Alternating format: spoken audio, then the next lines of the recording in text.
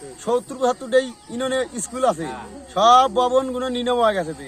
হাজার হাজার বিঘে সম্পদ জমিগুলো নদীতে ভেঙে গেছে। ইরির জমি হয় আমাদের এনে খুব ভালো, আমাদের হয় 1 কোটি লোকের বসবাস। এইসব জমি জমা ভেঙে গেলি আমরা বেটা বেটি লিয়ে কি খামু।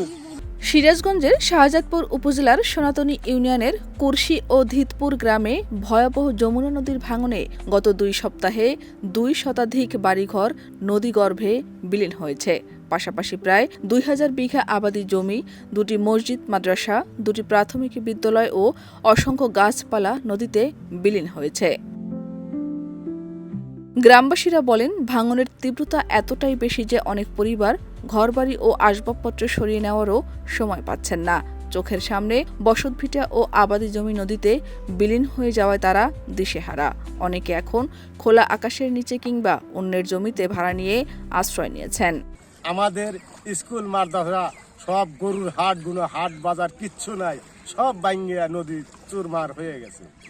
দেখেন, আমাদের যদি অনুদান দেন তাহলে আমাদের একটু ভালো হইতো।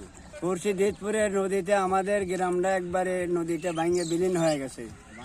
এগুলি আমাদের কেউ দেখে না, কেউ এটার উদ্যোগ নেয় না। আমরা শাহজাদপুর আমাদের বিএনপির মন্ত্রী এম.এ. মোহিত ভাই পর্যন্ত আমরা দাবি জানাই।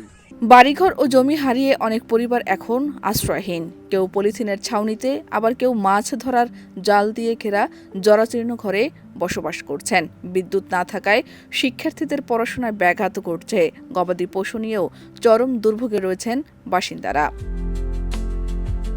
ভাঙন রোধে দ্রুত বালু ভর্তি বস্তা ও জিওটিউব ডাম্পিংয়ের দাবিতে কুরশিবাজার এলাকায় মানববন্ধন ও বিক্ষোভ করেন এলাকাবাসী। তাদের দাবি, ভাঙন কবলিত এলাকায় কয়েকটি স্থানে বাঁশের ছটকা তৈরি করে বালুর বস্তা ফেলা হলে ভাঙন অনেকটাই নিয়ন্ত্রণ করা সম্ভব হবে। ভাঙনে ক্ষতিগ্রস্ত পরিবারগুলো জানায়, আয় রোজগারের প্রধান উৎস কৃষি জমিও নদীতে বিলীন হয়ে গেছে। ফলে অনেক পরিবার নিঃস্ব হয়ে পড়েছে। বিদ্যুৎ সংযোগ না থাকায় রাতের বেলায় গবাদি পশু পাহারা দিতে হচ্ছে। শিশুদের পড়াশোনাও ব্যাহত হচ্ছে। শাহজাদপুর উপজেলা নির্বাহী কর্মকর্তা সাবরিনা শারমিন জানান, ভাঙন এলাকা পরিদর্শন করে ঊর্ধ্বতন কর্তৃপক্ষকে জানানো হয়েছে। ক্ষতিগ্রস্তদের মধ্যে ত্রাণ ও শুকনো খাবার বিতরণ করা হয়েছে। আমি ম্যাক্সিমাম আর এখানে লেন্থ অনেক বেশি, 3.5 কিলোমিটার, 2 কিলোমিটার, 2.5 কিলোমিটার, এক এক জায়গায় এক এক রকম লেন্থ। আসলে চলে এত লেন্থের ভিতরে এই নিচে জরুরি কাজ বাস্তবায়ন করা আসলে টিকানো মুশকিল। তারপরে আমরা আমাদের সাথে আমরা আলোচনা করতেছি, যদি কোনো স্কুল কিংবা কোনো সরকারি প্রতিষ্ঠান থাকে তাহলে সেগুলো আমরা অ্যাটেন্ড করার চেষ্টা করব।